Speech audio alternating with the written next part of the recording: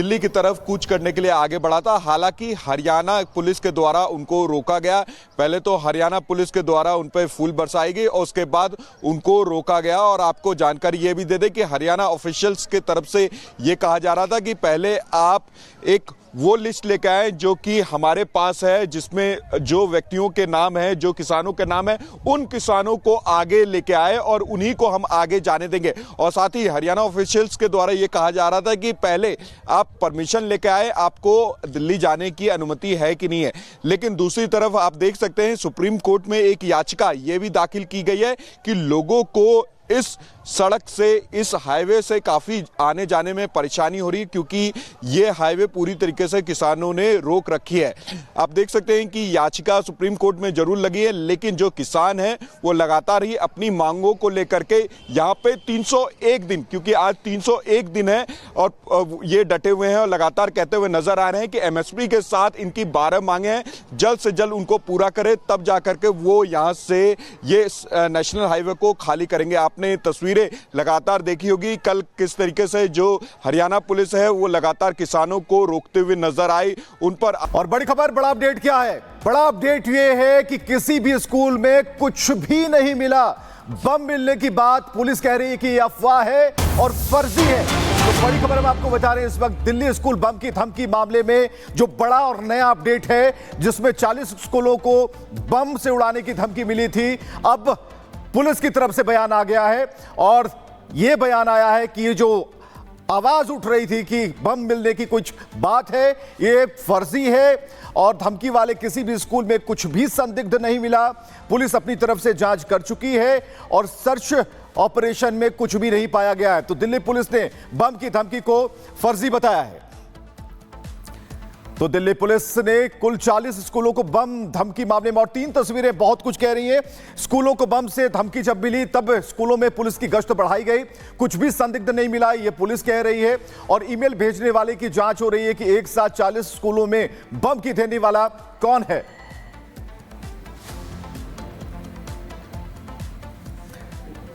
और दिल्ली के 2 अलग अलग स्कूलों से हमारे साथ हमारे सहयोगी जुड़े हुए हैं। डीपीएस से अखिलेश और मदर डेयरी से भी हमारे सहयोगी इस वक्त हमारे साथ जुड़े हैं, लेकिन पहले अखिलेश का रुख कर लेते हैं। अखिलेश, स्कूल के प्रबंधन से आपकी बातचीत हो पाई है, वो क्या कह रहे हैं? आगे इसको लेकर क्या एहतियात बरते जाएंगे और अभी कुछ मिला?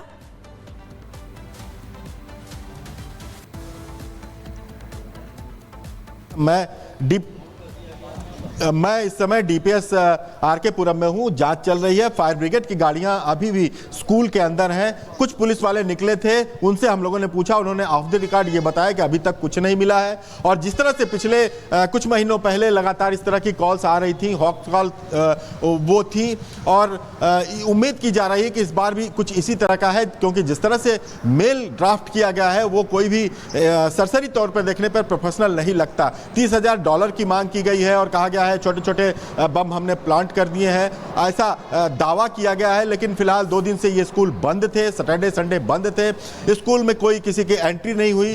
तो ऊपरी तौर पर देखने पे लग रहा है किसी ने इस तरह की शरारती तत्व है जो इस तरह का काम किया है। पिछली बार भी इस तरह की बातें सामने आई थी, लेकिन जब ट्रेस किया जाता है तो वो जो मेल है वो आईपी एड्रेस कहीं देश के बाहर का मिलता है, कहीं किसी दूसरे देश से कोई बैठा हुआ करता है। तो पुलिस के सामने एक बड़ी समस्या है। लेकिन पहली समस्या यह है कि जो भी जिस तरह से कॉल आया है उस तरह से पूरे स्कूल को चेक किया जाए।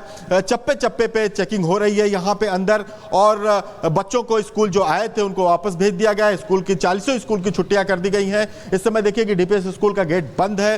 सिक्योरिटी गार्ड जो है वो किसी को अंदर नहीं जाने दे रहे हैं। सिर्फ पुलिस की टीम है और फायर ब्रिगेड की टीम है जो यहाँ पे पूरी जांच कर रही है। चप्पे चप्पे पे छानबीन इसकी की जा रही है और अभी तक ये पता है कि कुछ नहीं मिला है, और ऐसा उम्मीद भी किया जा रहा है कि आगे कुछ नहीं मिलेगा, क्योंकि इस तरह के तमाम कॉल्स पहले आ चुके हैं। लेकिन बिल्कुल सवाल वही अखिलेश की, जब पहले भी इस तरीके के कॉल्स आए हैं तो उसके साथ पुलिस ने छानबीन तब भी की थी, डीपीएस को तब भी धमकी मिली थी। हालांकि इस बार लोकेशन अलग है, लेकिन डीपीएस को एक बार फिर से धमकी मिली है। तो अभी छानबीन क्या उसी तरीके से होगी जैसे पिछले मामलों में हुई थी?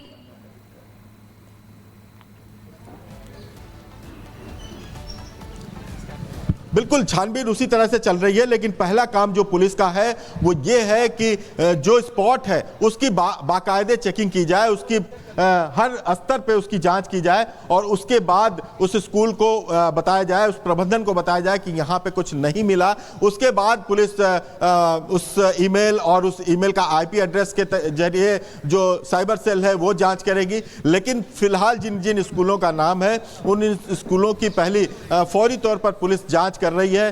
बम स्क्वाड जो यहाँ पे आया है वो भी जांच कर रहा है, फायर ब्रिगेड की गाड़ियां हैं। पूरी तरह से स्कूल को जांच करने के बाद पुलिस की तरफ से उस मैनेजमेंट को कहा जाएगा कि आपके स्कूल में कुछ नहीं मिला। और ये कई बार से चलता आ रहा है, लगातार इस तरह से शरारती तत्व धमकियां देते रहे हैं ईमेल के जरिए और अभी तक जबकि कॉल बताया जा रहा है कि रात को 11 बजे जानकारी मिल पा रही है। अखिलेश बहुत बहुत शुक्रिया। और लगातार बम मिलने की धमकियां, दिल्ली पुलिस के कान खड़े हैं और सर्च ऑपरेशन चलाया जा रहा है। लेकिन बावजूद इससे पहले वाली जो घटना हुई और कई स्कूलों में धमाके भी हुए, उनकी बाउंड्री पर धमाके हुए, तो ऐसा लगा कि नहीं इससे तार जोड़े जा सकते हैं। लेकिन ये अफवाह निकली, खबर फर्जी निकली। लेकिन हम फिर कह रहे हैं कि आखिर साजिश क्या है, किसकी है, इसका पता लगाने की अभी भी कोशिशें लगातार जारी हैं। रिपोर्ट देखिए।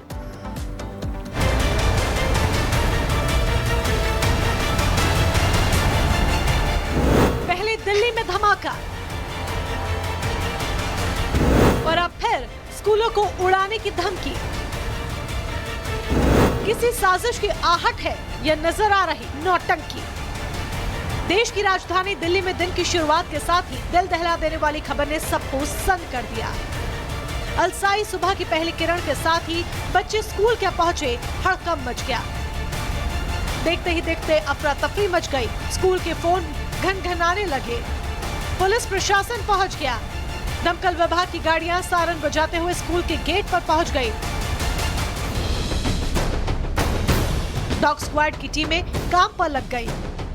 ये सब देख बच्चे कुछ समझ पाते तब तक उन्हें घर जाने के लिए कह दिया गया।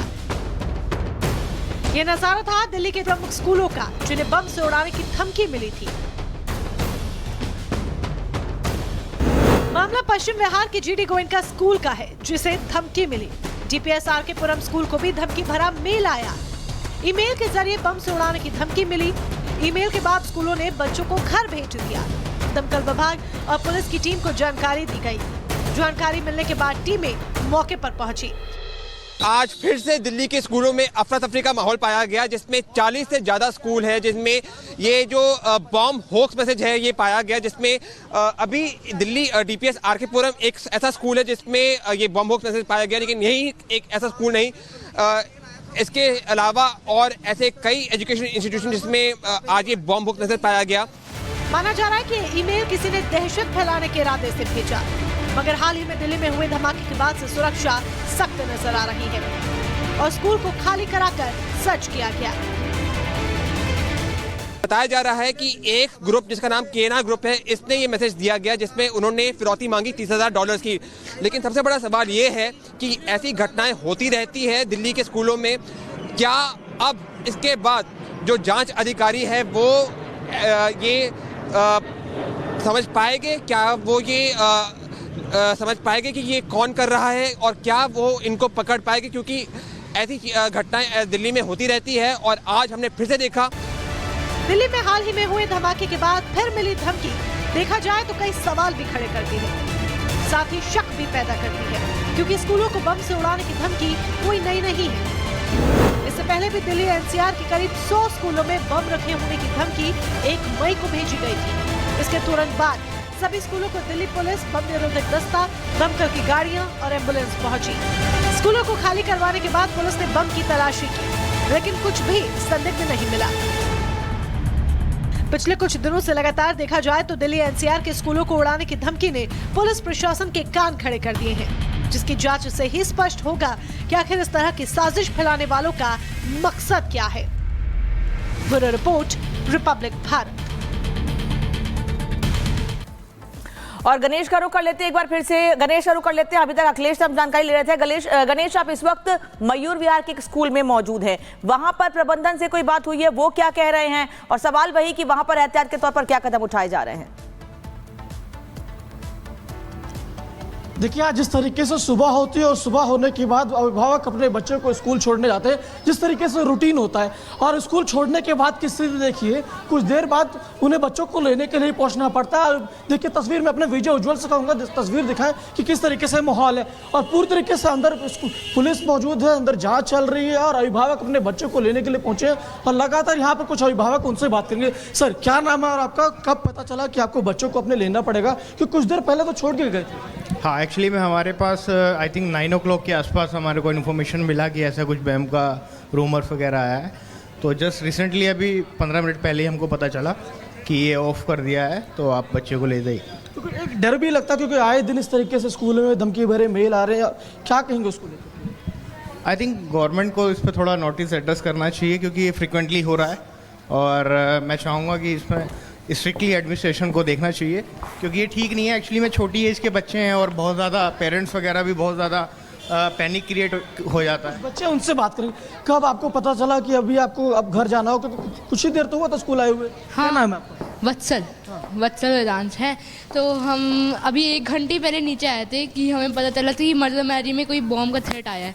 तो हम सबको नीचे लगाया, बहुत धक्का मुक्की हो रही थी, ऐसे हो रहा था। तो नीचे जाके पता नहीं क्या हमें बस बैठा दिया, हमें कुछ नहीं करना था, बस बैठा दिया था।